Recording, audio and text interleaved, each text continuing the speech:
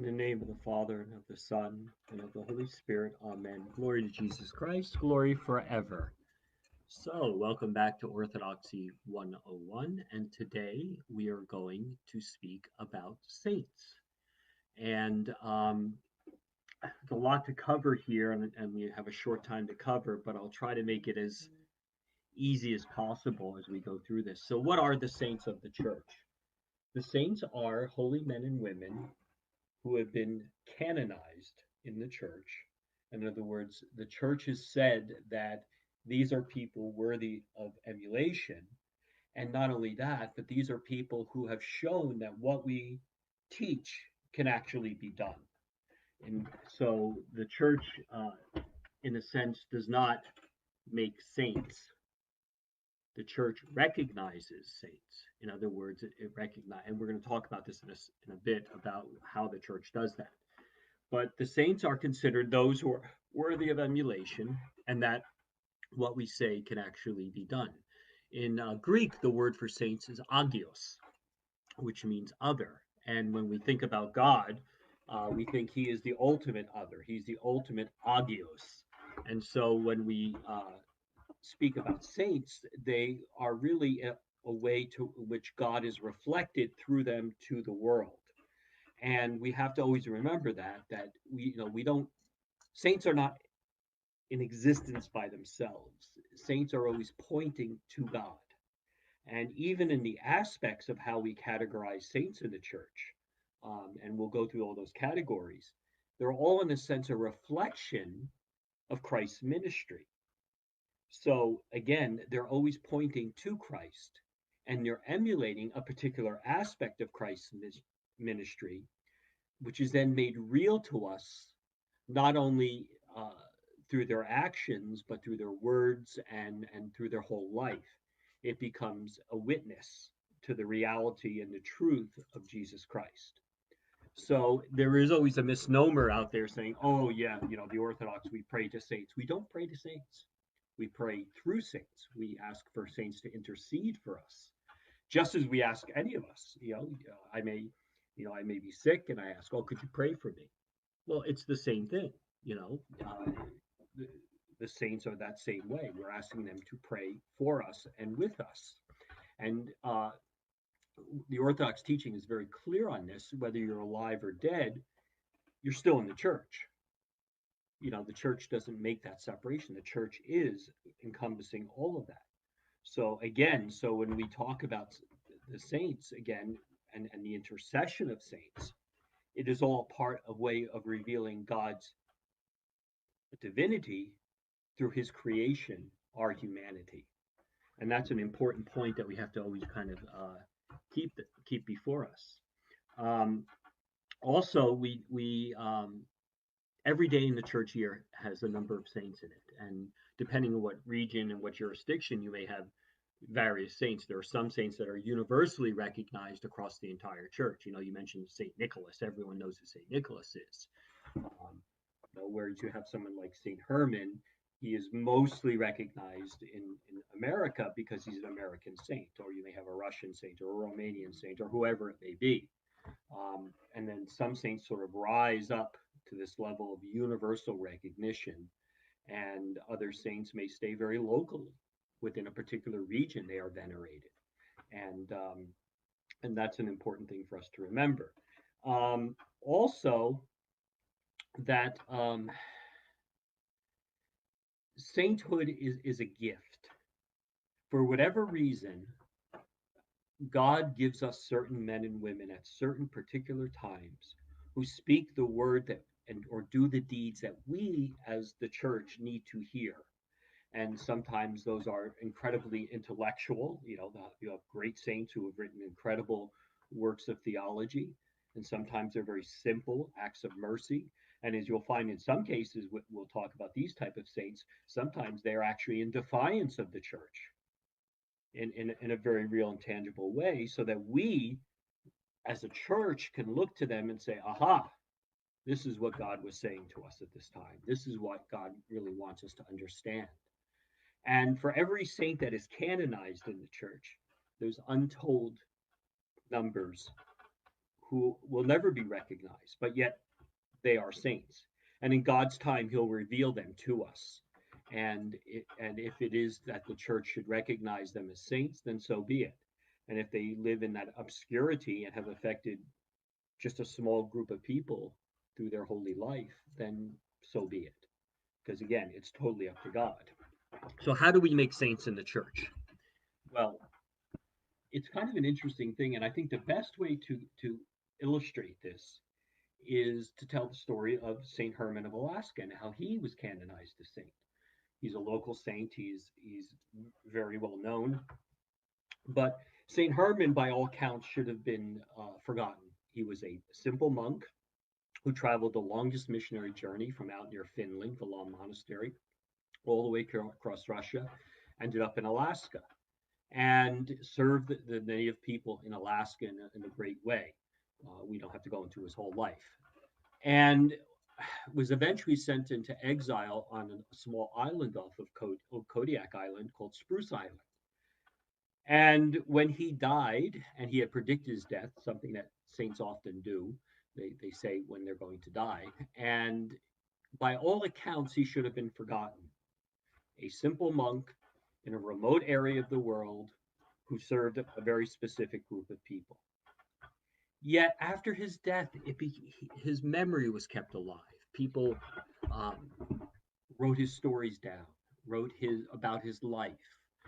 The local people remembered where he was and who he was. And as that sort of grew organically within the church, it became a simple fact that this man was a saint. In fact, even Saint Innocent, when he was coming to Alaska and was sailing past Spruce Island, asked, and there was a storm, and he even asked, "The Holy Father Herman, pray to God for us."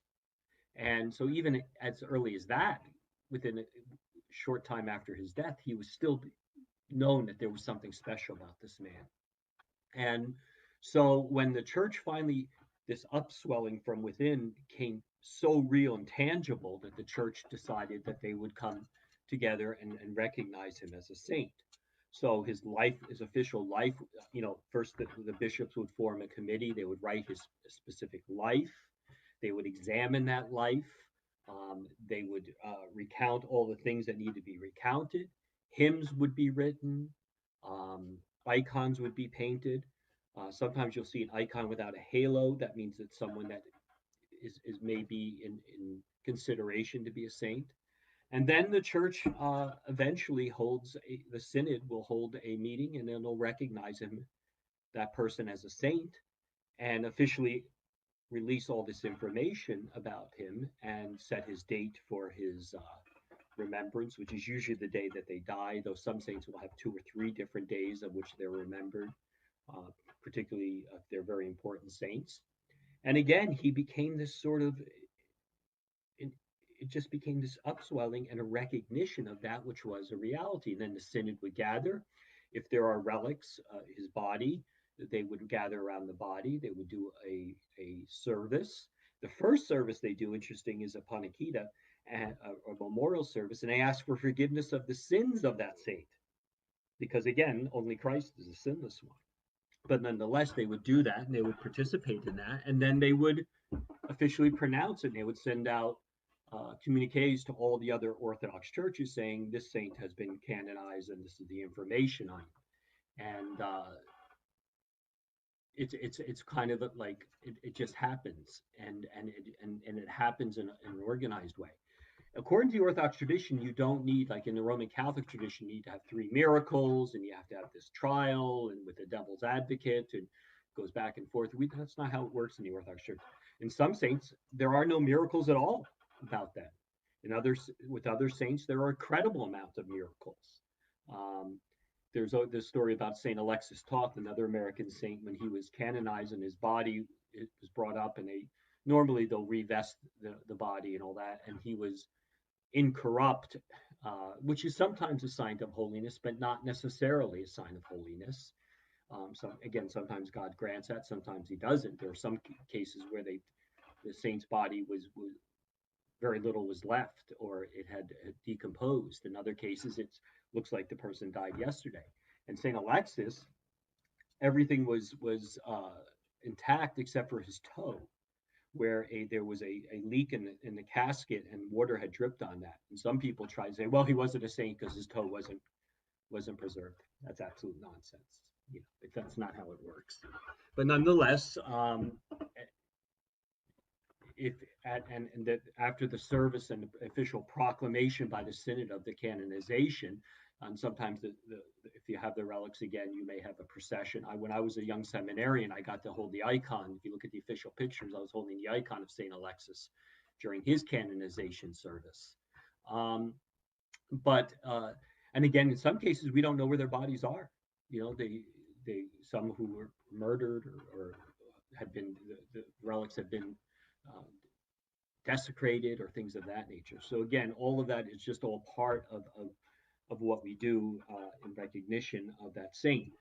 Um, there's another a couple of other things. One, by the way, every day of the year is dedicated to a group of saints. That's found in the book called the Manaean. Remember, we talked about that under liturgics. Manaean means month, and you have 12 volumes, and each volume has that month and that day, and it has the list of all the saints and all the appropriate hymns and instructions on how to celebrate that saint.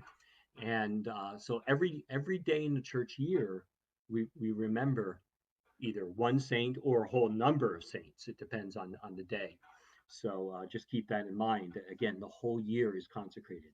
Um, there's also a thing called hagiography and hagiology, and with that comes from agios, right? And it means basically those are writings about the saints, and and then there's other things in which how you write about the saints, and that's very interesting. Um, so you'll find a lot of the hagiographic material, which will be the life of that saint, and some of them, again, we know a lot about, and some we know very little, very little, other than that they were recognized as saints, and through time their story is lost, except understanding some basic elements.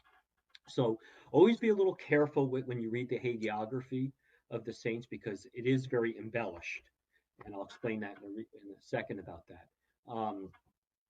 And so, but the hagiography is the official writings.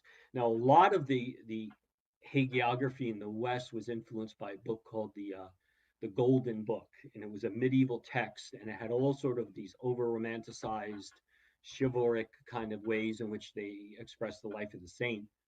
That's where we get this idea of St. George and the Dragon, which does not exist at all in his life. He was a Palestinian general in the Roman army who was a great martyr and suffered and had horrible things done to him. But so you have to always be careful when you read the hagiography and make sure that it's really the official hagiography of the church, not someone's interpretation of that. But that leads us to this understanding of what hagiology is, and that is how do you write about saints? Again, sometimes these things can be a little bit embellished. That's okay because you have to understand that the writing about a saint is there to impart a lesson to us. So, and very often there may be absolute, stories there that are just, wonderful and very easily understood. And sometimes when you don't know a lot about the saint, there's sort of a format that you write. So you may have a way saying, okay, so if this saint is a particular one, like a martyr, and we don't know much about it, about that person, we can kind of take this formula and say, okay, if this person's a martyr, then this and this must have happened. Otherwise, they wouldn't have been recognized as a saint. So again, don't necessarily look about all the material necessarily about it, but understand what's the lesson that the church is trying to impart from us in the life of that saint. That's the critical thing. And again, that lesson about that saint points us to Christ. So again, that's an important way to look at this. Um, I always, and just by the way, just as if there's a particular way of writing about a saint, there's a particular way of depicting that saint. So depending on the category, and we'll get into this a little bit later, um, if a saint is a particular type of saint, they'll be painted iconographically in a very particular way. For example, if they're a great thinker, they may have a larger head. If they're a great doer, their hands will be large. If they're a mercenary, a healer, they'll be holding a box and a wand for anointing. If they're a martyr, they may be wearing a crown or maybe holding a cross. If they're a great teacher or hierarch, they'll be holding a gospel. Sometimes they'll be holding a scroll with their teaching on it.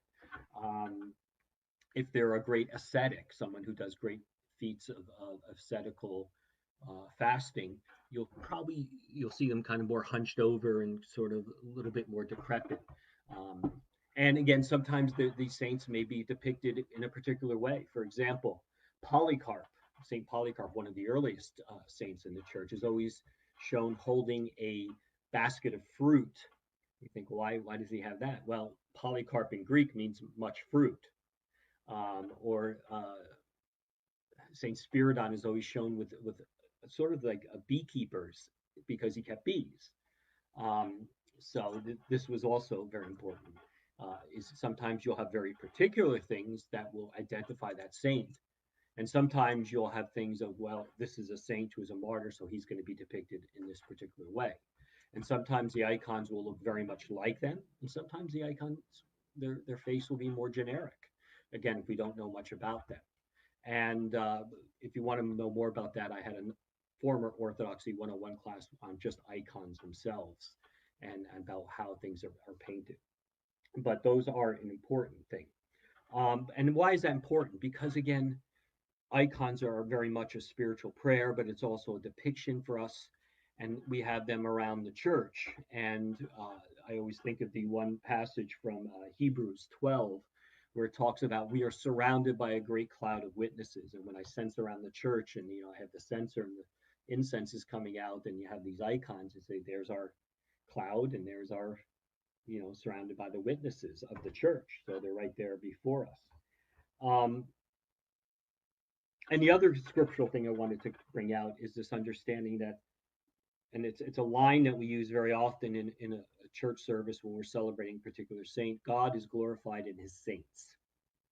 And it's absolutely true. And again, the scriptural references from 2 Thessalonians 1:10, you have, that's where that sort of comes from, where it says, God glorified in his saints, and on that day you'll be numbered among those who believe. And so that really kind of gives us this understanding of why we have saints. And again, there's a whole scriptural sort of world around saints.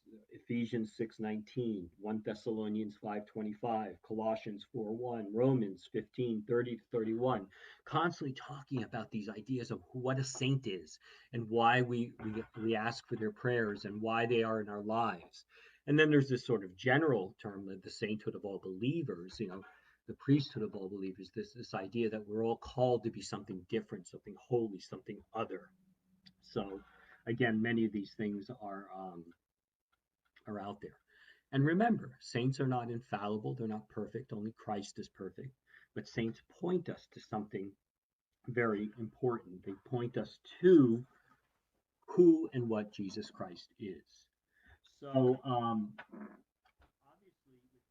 obviously within the church, over time, as this whole idea of sainthood sort of developed, the categories of the saints developed, and as the categories developed, subcategories developed, and so now we have a huge amount of categories within a saint that you can tell from their title what type of saint they are.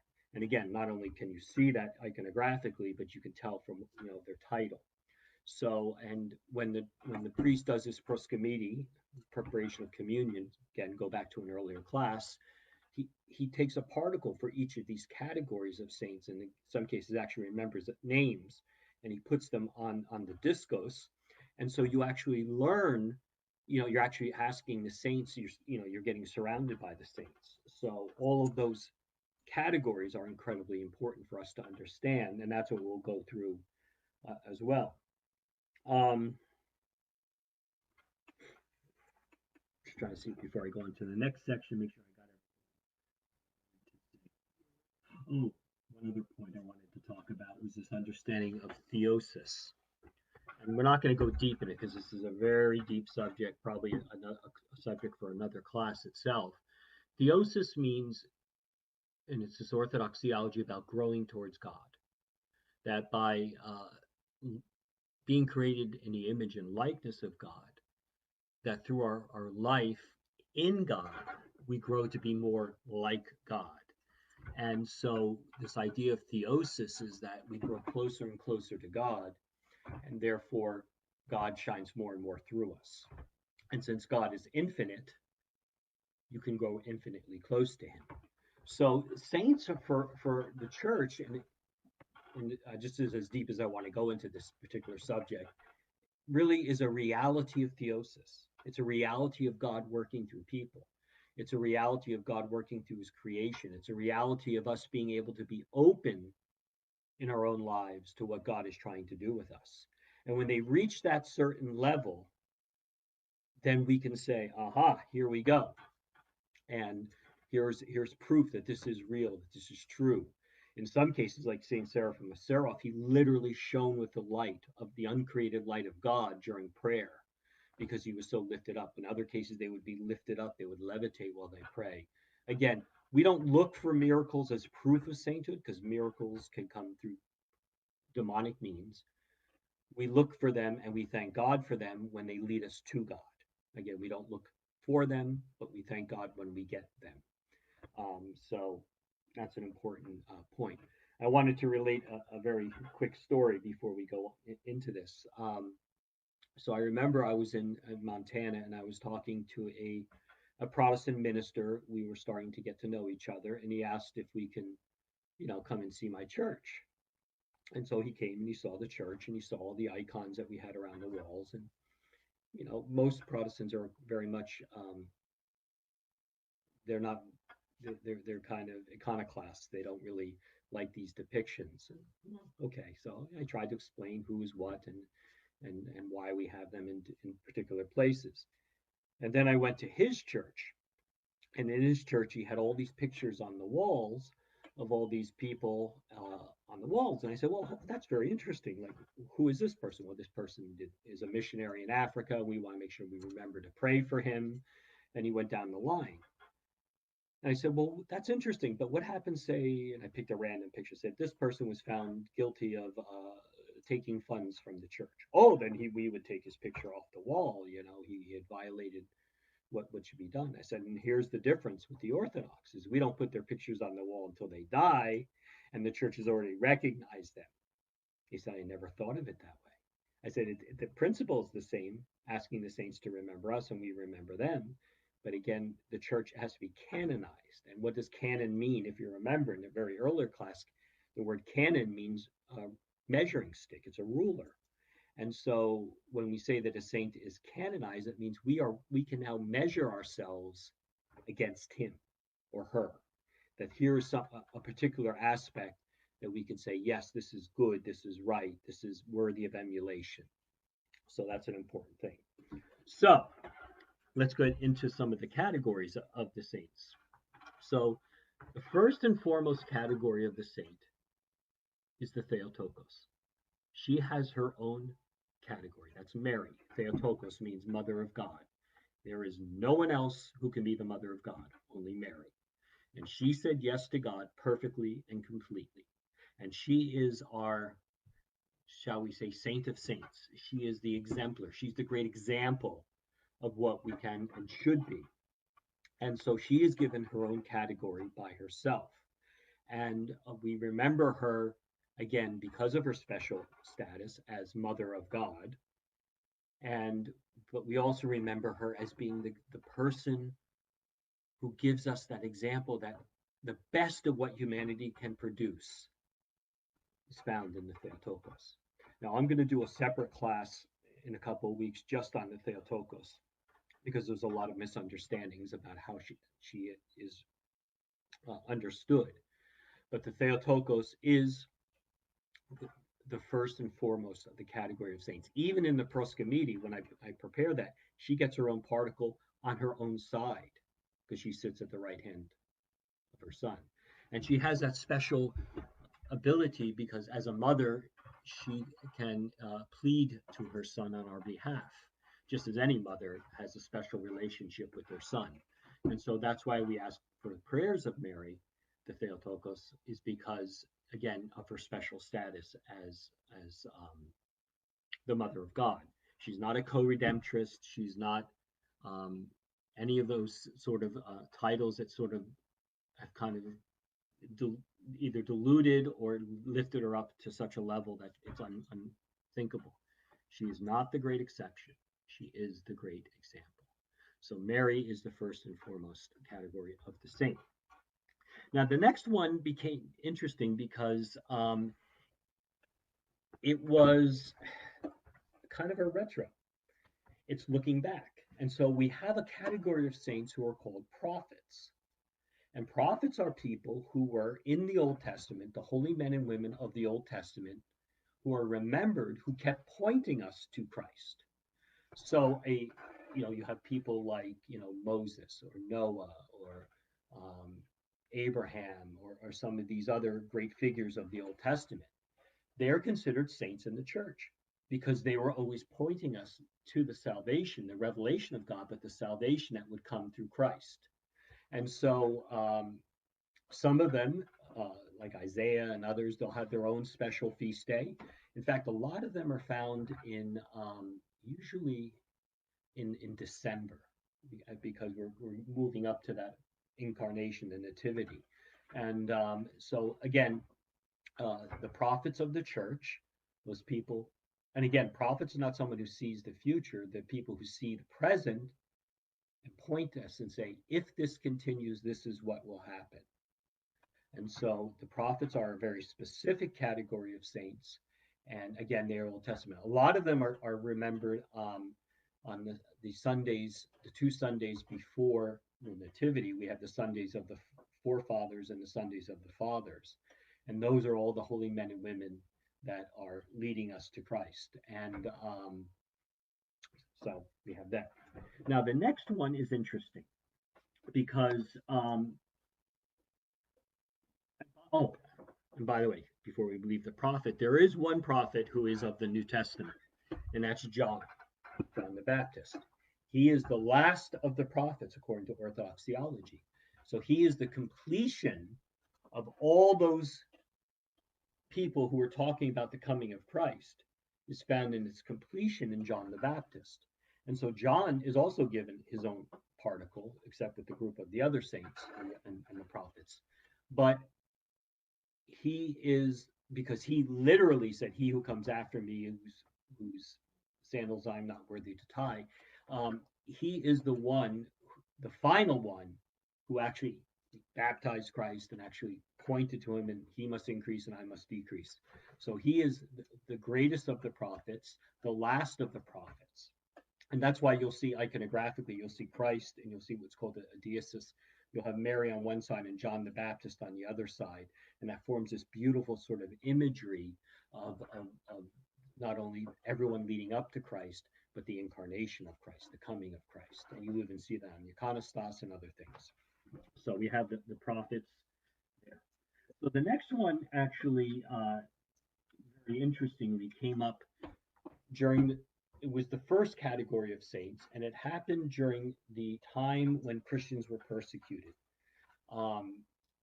And the persecution led to their martyrdom. Martyr in Greek means witness. And so they died this holy death. And just as a witness to the truth and reality of Christ. And so martyrs became sort of that first category. And in some cases, we'll have the 10,000 martyrs. You don't even know all their names. You just know that a whole group of Christians were put to death. And the martyrs were the first ones in the church where the church started to really see that there was something going on here and needed to start categorizing it. So much so that every altar in the church has a relic of a martyr in it. And the antimensi, and again, go back to the earlier classes, the cloth that gives us permission to operate as a church has a relic of a martyr in it. So that in the early church, we used to celebrate in the catacombs and such on the graves of the martyrs. We still do that. We still do that in our divine liturgy, literally on the relics of a martyr. And so the martyrs were the first group, and remains sort of the standard, if you want to say, for sainthood, because from there they started to say, well, how else is this reflecting Christ's life? Because clearly martyrdom reflected the perfect death of Christ was reflected in those people who were put to death who followed Christ, and so that part of his ministry, his death, became very important. And then as other things sort of developed out from there, that's how it sort of worked. So there's a number of different martyrs and titles. So you may hear the title Great Martyr. A great martyr is someone who suffered horribly before they were put to death. Great martyr George, great martyr Demetrius, others they were usually very horribly tortured and then put to death. So that's why they get that title, Great Martyr. If you hear a term Hyrule Martyr, that means someone who was a martyr and also a clergyman. So, for example, Hyrule Martyr Alexander Hodovitsky, the Russian martyr who was a priest who was put to death by the Soviets. So a Hyrule Martyr is someone who was a clergyman and also martyr. A Proto Martyr is someone who was first martyred in a particular area or region. The first Proto Martyr is Stephen. He was, in the Acts of the Apostle, talks about him being put to death. So he becomes sort of the archetype for all other martyrs. We have it here in America. We have Juvenali rather, and Peter. They were the Proto Martyrs, the first martyrs in America. So again, you'll have that sort of title that will continue. You may have this is a title that's come more recently, is New Martyr. And those are specifically applied to people in the 20th century who were put to death by the communists, and they were called New Martyrs, and they were recognized after the fall of the Soviet Union, or they were put to death in certain Muslims countries where they were put to death for being Christians, so they're called New Martyrs, and that just means it's much more updated or modern in time period. You also may have, within that category, you'll have the term confessor. A confessor is someone who suffers for Christ, but is not necessarily put to death. In other words, they may be tortured, beaten, doing all those horrible things. They may eventually die from those wounds, but a confessor is someone who's tortured or beaten or whatever as a witness to Christ. So that's what a confessor is. The Holy Confessor, Tikhon, Saint Tikhon, was in America. He wasn't necessarily put to death, but he was horribly treated and horribly tortured, and eventually died from those wounds. So that's what a confessor is. You may also hear a term passion bearer. A passion bearer is someone who's not put to death because of their necessarily because of their Christianity, but they die a exemplary death as a Christian. In other words, they may be someone who refuses, like Boris and Gleb, who are famous passion bearers. They refuse to take up arms against the people who were going after them, but rather knelt in prayer while they were killed. The royal family, the Tsar, and all that, they were eventually canonized as passion bearers. They weren't put to death because they were Christians, but they died in what we would say an exemplary death. So that's what a passion bearer is. So now, with the sort of with the recognition of Christianity and sort of the wholesale martyrdom of Christians in the Roman Empire, when that ceased, there had to be a new way in which you can die, but not necessarily physically. And so, again, this is a whole nother topic, but the rise it's not by accident that when martyrdom disappeared, monasticism appeared. And the idea that the monastics were taking this voluntary martyrdom to the world in order to show their great ascetical lifestyle as a way of honoring Christ. So the next area is we call the monastics, the rise of monastic saints. people who did incredible feats of asceticism and incredible feats of prayer as an example of this. And of course, this clearly is found in examples like Christ in the Garden of Gethsemane, where he prayed and blood came down through his prayers, as well as his great ascetical feats going out into the desert and not eating and all the temptations and things of that nature. So the monastic saints, which are usually have the title venerable, which means that they're a monastic saint. They had a great monasticism. And so they have all different sorts of things. Some of them were great ascetics. Some of them you may hear, the Saint so and so, who did whatever. You'll have all these different sort of things that's kind of going through my mind. There's actually one very interesting one who gets a particular title, which is called Stylites. Stylites is a very interesting one, and it was only in a very particular time in the church, and then it disappeared. A stylite was someone who lived on a pillar. So they would go out into the desert, and they would go up into a pillar, and they would live their life up there as a way of getting closer to God. And they would be tested. The abbot would come down, and he would see the person up on the pillar. He'd say, "Come down." And the person would start to climb down. You say, "Go back up." And then he said, "Yep, he's being obedient, so he's not being delusional." And so you'll hear a stylite. A stylite is someone who lived on a pillar. You'll have someone who's called a god bearer. A god bearer is someone who is so infused with the Spirit of God that they will shine. They will literally not be aware of anything in a sense, but just being the radiant image of God. So there are a few saints who are called God bearers as well.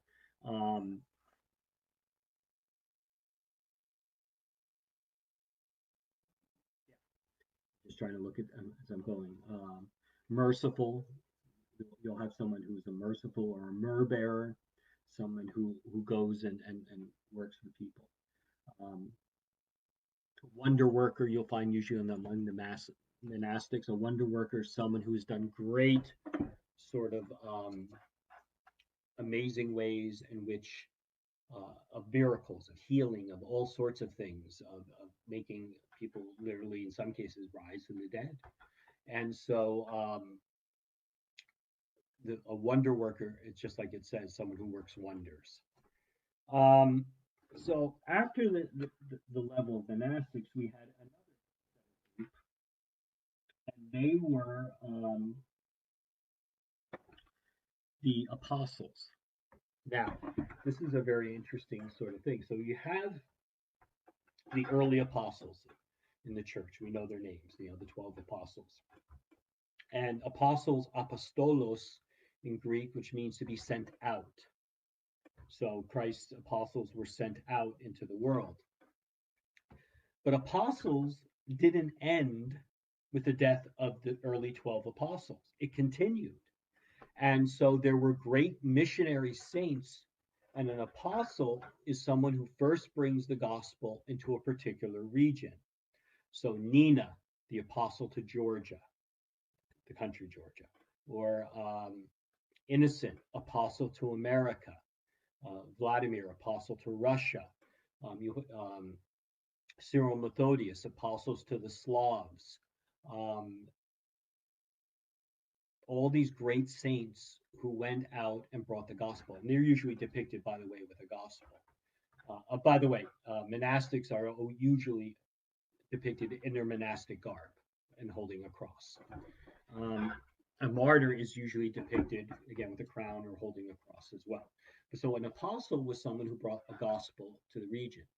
And then you'll have certain types of apostles. You'll have apostles, usually it's apostle to where they are. But there's one saint that has a very particular title, which is called apostles to the apostles. And I love that term, the apostle to the apostles. The one who was sent out or brought that good news to those who were the apostles. and that's Mary Magdalene.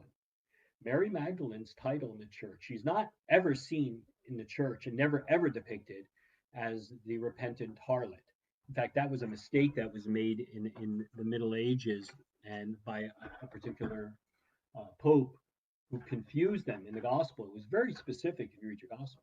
Mary was always known as the apostles to the apostles because she was the one who ran from the empty tomb to the other apostles who were hiding up in the upper room, and she brought the message of the resurrection. And she is called the apostle to the apostles. And she's usually depicted with a red A because that's the story of her with where she was preaching the gospel before the Roman emperor, and the Roman emperor did not believe her, and she said basically, a man can't rise from the dead any more than this egg can turn red. How apocryphal the story is, I don't know. And the egg turned red, and so that's why that tradition of the Orthodox Church on Easter night to give out red Easter eggs. It's in that sort of it's the sort of physical way in which we are become the apostles of the resurrection. So anyway, so that's what an apostle is. So every country has apostles, and they still have apostles as the gospel continues to be preached throughout the world. The next one is the hierarchs. And what is a hierarch? A hierarch is a great bishop, or who was a great bishop who is known for being a great bishop. And of course, the prototype for us is St. Nicholas of Myra and Lycia. He was known as not Jolly St. Nick, but the great defender of the faith, the great protector of the poor in his flock, the wise teacher, the person who brought forth all the wisdom as we ask our bishops to be. And so this is that high priestly sort of way of Christ being exemplified. And a hierarch is usually pictured as a hierarch in his particular garb. And the hierarch is someone, again, who will usually be holding a gospel or be holding one of his teachings. And depending on what type of hierarch he was, it may be very specific. But again, they show the wise teaching, the wise leadership that is worthy of emulation. So usually they may be called, they have different titles on what they do, venerable, as well as some other ones. There is actually another one that is called right believing, which kind of falls under this category. A right believing is a secular ruler who was well known for being wise and just and good and Christian. So you have people like certain Saint Vladimir. You may have other Saints Sava. You'll have these leaders of these secular leaders who are just known to be good and proper rulers. So even in the church, it doesn't have to necessarily be amongst the clerics. It could be amongst people, anybody really. So anyway, so that's your next level is the hierarchs. The next one I want to talk about is the holy unmercenaries. What is a holy unmercenary? A holy unmercenary is someone who is a healer, someone who heals people without taking payment. I gave a sermon a couple of weeks ago about Cosmos and Damien. Actually, it was on Saturday. I kind of talked to them about how they were brothers and they went out and they were trained as physicians and they went and they healed people. And they promised never to take payment. And then one old lady gave one of the brothers 3 eggs. He didn't want them. She said it was the sign of the Trinity. He took them. Then the other brother didn't speak to him for the rest of his life because he was so mad at him because he violated that vow. So an unmercenary is someone who's a healer and is someone who is known and without taking payment. That's where the unmercenary title comes. And it's very important for us to, I think in today's day and age, is to recognize these good unmercenaries. So when we do the unction services where we anoint people who are sick, we always recite all these unmercenary healers in the church, and they're usually depicted again with a box and a wand, which they would anoint people to heal them. So those are young mercenaries. The next category is probably the most difficult, and again, the aspect of Christ's ministry is obvious, the healing of those people who are sick. The next part is probably the most difficult of all of them, and they're called fools for Christ. And it comes from the passage in the epistles where it talks about we're all fools for Christ's sake.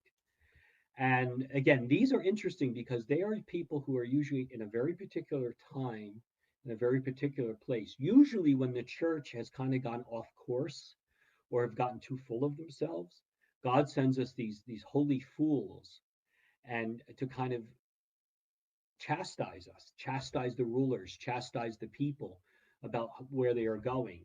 There is that in Russia there is a new rise of these type of people, and they are people who are either insane or act insane. They make themselves the lowest of low, the most despised of all, so that they can show Christ's humility.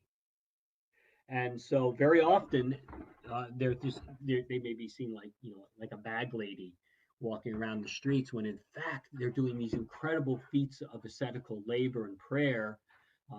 Saint Zenyatta Petersburg is very famous for that. She wore her husband's old clothes and she was like this bag lady. And in fact, what she was doing was she was collecting bricks and building a church at night. And sometimes they'll be kicked on and screamed at and treated like dogs and just vile. And then people realize that they're holy people, and they repent of their ways. There was one famous fool for Christ who would sit on the steps of the great cathedral in Moscow on Holy Friday, the day when you're supposed to be fasting, not eat anything, and he'd be eating a sausage. And the bishops would be yelling at him, and how dare you do this? And he would kind of go back to them and say, yes, but you're devouring your people. Better I eat this meat than eat my people. And so he kind of sort of cut them off. So it's an incredibly difficult one, and it's one of these things. Yeah, that was Saint Basil of Moscow who did that to Ivan the Terrible. So anyway, um, the Fools for Christ are again a very particular one in a particular time. When I was in England, the Diocese of Siraj a couple of years ago, about 2 years ago, and I gave one of the keynote talks at the diocesan assembly there, and the subject was Fools for Christ, and I talked about the different aspects that we had in America, people like Saint Herman who lived this very deep ascetical lifestyle, or Saint soon to be canonized Matushka Olga of Alaska and others. And so I kind of gave my talk. And it was interesting because they had a group of monks and nuns from a particular monastery in Russia. And that monastery had this very particular sort of tradition, and it had been going on for about 500 or 600 years, where every generation had a fool for Christ. This woman would rise out from the community, and she would be recognized as this sort of fool for Christ, and yet she would give these incredible lessons to these people. And then again, they wouldn't know about her necessarily until after she died. And then that person would die, and then within a few years, a new person would appear, and it would go on and on and on, even through the Soviet era, which was interesting because during that time, that city had become a closed city, and they were doing all this research into nuclear weapons. And yet, during that time, you had a fool for Christ kind of yelling at the authorities. So just one of those interesting sort of stories that I was like, wow, that's God is good, and those sort of things. So anyway, so fools for Christ, and then we keep track of different ones. Um, righteous, someone from the Old Testament, Martyrs, you have virgin martyr, someone who was a martyr and a virgin. I think I covered all of them except one last group. That one last group is what we call the bodiless powers, which is interesting. Who are the bodiless powers? Well, immediately we think of the angels, right? And angels is just one category of the bodiless powers. An angel is a messenger, someone who connects, but there are others besides that. And they are considered saints in the church because they are part of that intercession between God and man. So you have different types of bodiless powers. We don't know, some we know a lot about, some we don't know about. We have angels, messengers, people who communicate the will of God. We have archangels. Those are people who are considered the leaders of these angels, and yet their name, for example, we know from the Bible, Michael, Gabriel, Raphael. These are angels who had very specific tasks. Gabriel coming, doing the Annunciation, announcing the birth of Christ to the Virgin Mary, for example. Michael appearing in the Old Testament to Abraham and Isaiah and others. So we have these very specific, and they have very specific tasks. But there are others besides that, and that's why we call it the bodiless powers. So we have things like the cherubim and the seraphim. The cherubim and the seraphim are those who fly. Again, this is rhetorically. We're putting imagery that we can understand into something that we can't understand.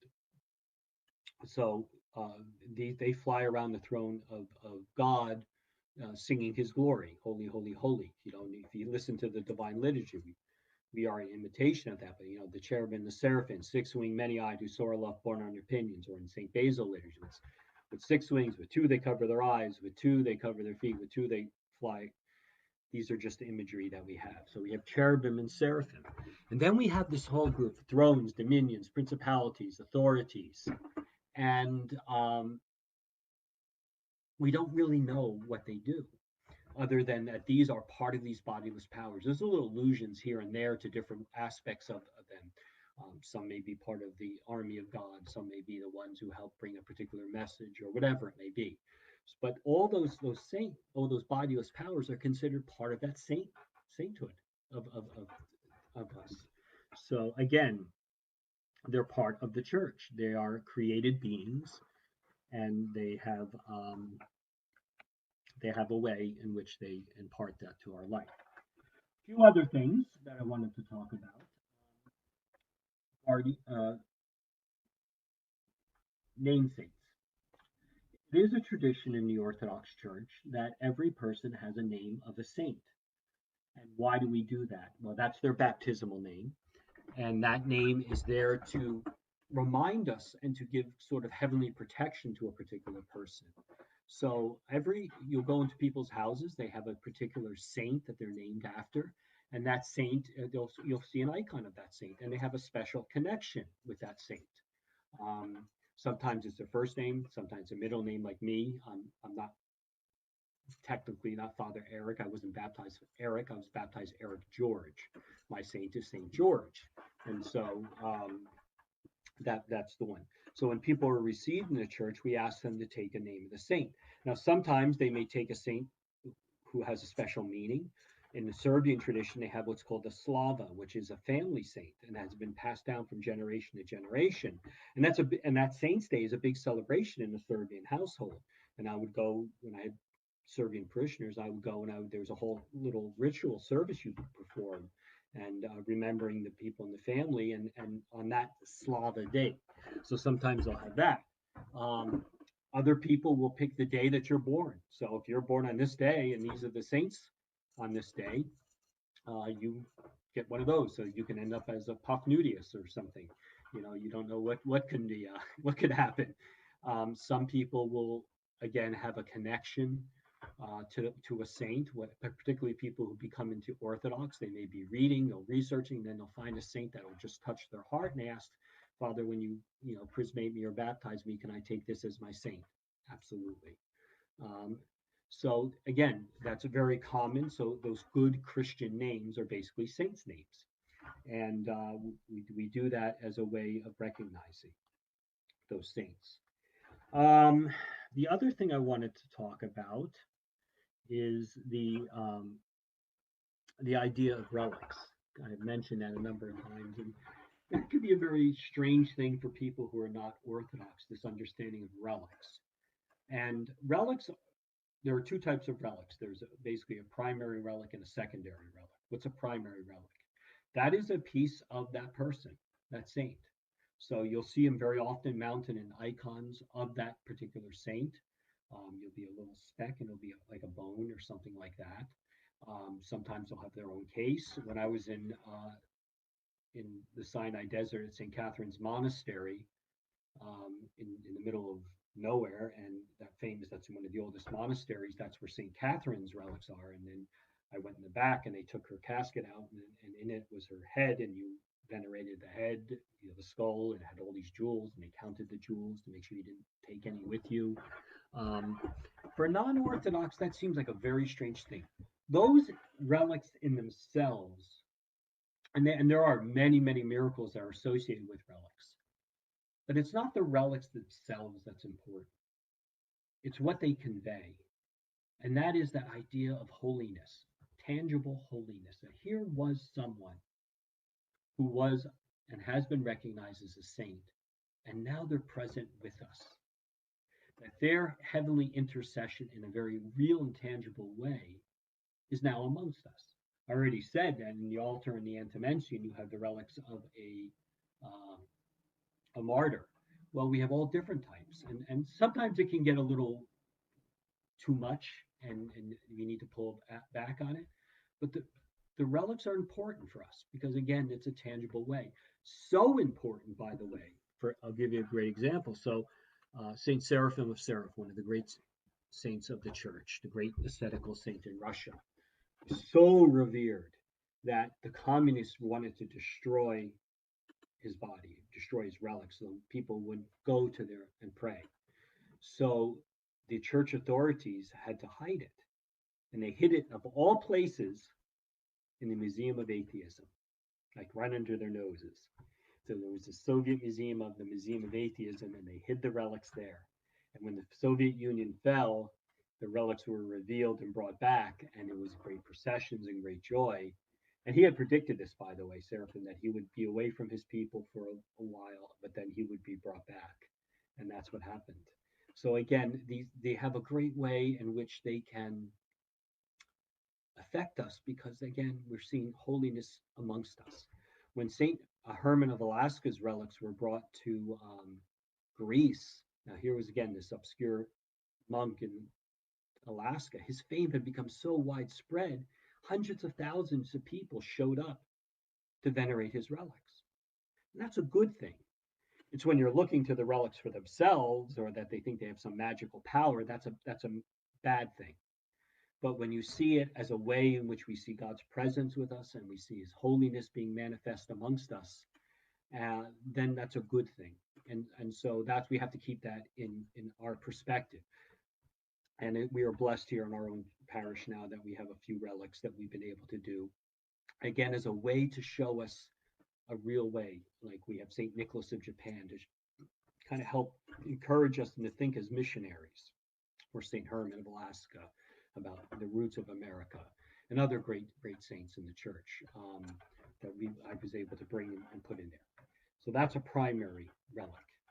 And one of my jobs when I was secretary of the OCA was kind of take care of the relics of the church. They're gifted to the church. They're in a special room. They're specially preserved. And when a bishop wants to give out relics to parishes or needs things, I would be one of the people who prepare the relics to go into the different vessels. And you do that very reverently. You put the vest up, and it's a very sober and very humbling thing to, that I'm holding Saint Seraphim of Seraph's bones and preparing this to be sent out into the world. Again, we're surrounded by a cloud of witnesses. And so I have a cross that I wear sometimes where it's called a relic cross. In other words, you open it up and relics are placed in there. And then I was gifted to be able to have 11 different saints' relics into that cross. And it's a special gift I feel that, that's when I wear that cross, that I'm carrying the saints with me. Again, not through any magic power, but as a way to remind me as what it is that we do. Then there's the secondary relics. What's a secondary relic? That's something that a saint may have used. In the church, in the chancery, we had a number of different things. We had vestments that Saint Tikhon wore that were actually smuggled out of Russia in the sewers, um, to escape from the communists who wanted to destroy these vestments, and they ended up in America, and our metropolitan uh, wears them every now and then. We have other sorts of things like a cassock or a piece of a casket, or I have some cloth from that St. Alexis Toth was wrapped in. And think, some parishes, they'll have the whole full vestments of a particular saint who served there, and now they have those vestments, and they'll have them encased, and it's just a great reminder that the saints weren't back then, but they're real here and now. Many of these relics have dispersed throughout the world. Some of them, a lot, for example, used to be in Constantinople. Constantine brought many from Jerusalem there. Others are Rome. St. Nicholas, his relics have gone all over the place, and ended up now they're in Italy, though there's now talk of returning them to where they should be. Um, so again, these things are kind of valuable, and some of those relics produce myrrh. And I've seen this, I can attest to this. And myrrh is this beautiful, fragrant oil. It smells like unlike anything else in the world. The closest I can come to understanding what it smells like is the chrism that we use in the church, but it's even more beautiful and fragrant. So you have someone who's called a myrrh gusher, which I think is an unfortunate translation of this image of oils spewing out. But St. Nicholas relics is a myrrh streaming. That's probably a better term. A myrrh streaming. And it actually, the bones 1,500 years later still exude this beautiful, sweet smelling oil. And so, again, we don't look for that, but when we receive it, we are thankful to God that He has given us that. And people will get anointed with it and things of that nature. Again, that may seem strange to non-Orthodox. It's very natural for Orthodox because, again, the saints are with us. They're not somewhere that out there. They're somewhere that here. They're with us. That's the whole point, right? Isn't that the whole point, that God gives us these saints to encourage and inspire, but also to remember that God is with us, and that He is with us through His saints, from who are generation to generation. And so when we think about that, when we think about these gifts that God has given us, then we realize that it's not some sort of dead faith from back then, but it's a real faith from right now. And that while there are names of people, again, that we may not know anything about, but we just accept their names, there are names about people we may know a lot about, but are from way back then. We also have saints who walked amongst us. We have saints who lived amongst us. We have saints who recently were amongst us. I had two elderly gentlemen and an older woman in my parish in Vegas who had St. John of San Francisco and Shanghai as their bishop and priest. They were his altar servers. When this one woman, she lived in Shanghai, he was their bishop. So she could tell you stories about this person. What a gift. St. Nikolai Zhicha, who lived right there at St. Tikhon's Monastery, and people remember him to this day. So these saints are there to provide that understanding about God and provide us with this understanding about God being with us. I cannot emphasize that enough. It's not a cult of saints. Raymond Brown, one of the great Catholic theologians, wrote this book called The Cult of Saints. And he looked at this as a way, particularly during the Middle Ages, where these cults would kind of grow around a particular veneration of a particular saint, so much so that it became this insular group apart from the rest of the church. That never took place in the Orthodox Church, though we have venerations. For example, right now in Moscow, Matrona, the blind nun, St. Patrona, is a very popular for people who are sick or having difficult times. And her place in Moscow, I was at the monastery. I mean, it's flocked with people lined up to venerate her relics. Um, but nonetheless, it was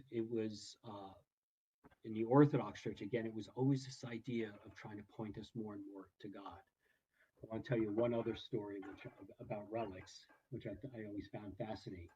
So Saint Tikhon of America, the Patriarch of Moscow, um, as we talked about, he was horribly tortured, and his story is just amazing. And he was a great missionary here in America. And when he was put to death, his place in the monastery in Moscow was a very popular place of pilgrimage. But they had, again, the communists did not like that. So authorities took his body and they buried them in one of the subchapels underneath a bunch of pipes, put a bunch of stuff on top of it, and only a few people knew where he was. That way the authorities couldn't get there and destroy it. Because what they had done, the communists had done, is they had created this new way of venerating relics. They embalmed Lenin and they put him in Red Square, and the people would line up to venerate, if you want to call it that, revere Lenin. And so, and that was totally artificial, by the way. They had to pump him with all sorts of things, and there's a special room underneath where they take his body and they have to redo it every so often because it's, just this sort of weird science about keeping his body preserved. When the time of the Soviets came to an end, and the church was free again, there was a fire in that chapel and they were doing the renovations. And as they were doing the renovations, they discovered under the pipes St. Tikhon hidden away. They brought him out and he was preserved and beautiful smelling and in his patriarchal robes. And he was placed back in the church where he was originally. Now, no one goes to see Lenin in Red Square. It's just sort of like a freak sort of let's go take a look at this. But people are lined up to go venerate Saint Tikhon. So God has a way of returning and giving His message, right? Giving His message of what it is that we're trying to do here. So I hope again, this was a lot to cover in a very short time, but I hope you learned a lot about the saints. And remember that they are with us. They're not apart from us. They're not from way back when, but they're with us. And when we know that, we are surrounded by a cloud of witnesses, those who we know and those who we will never know. We understand that God is glorified in His saints. Amen.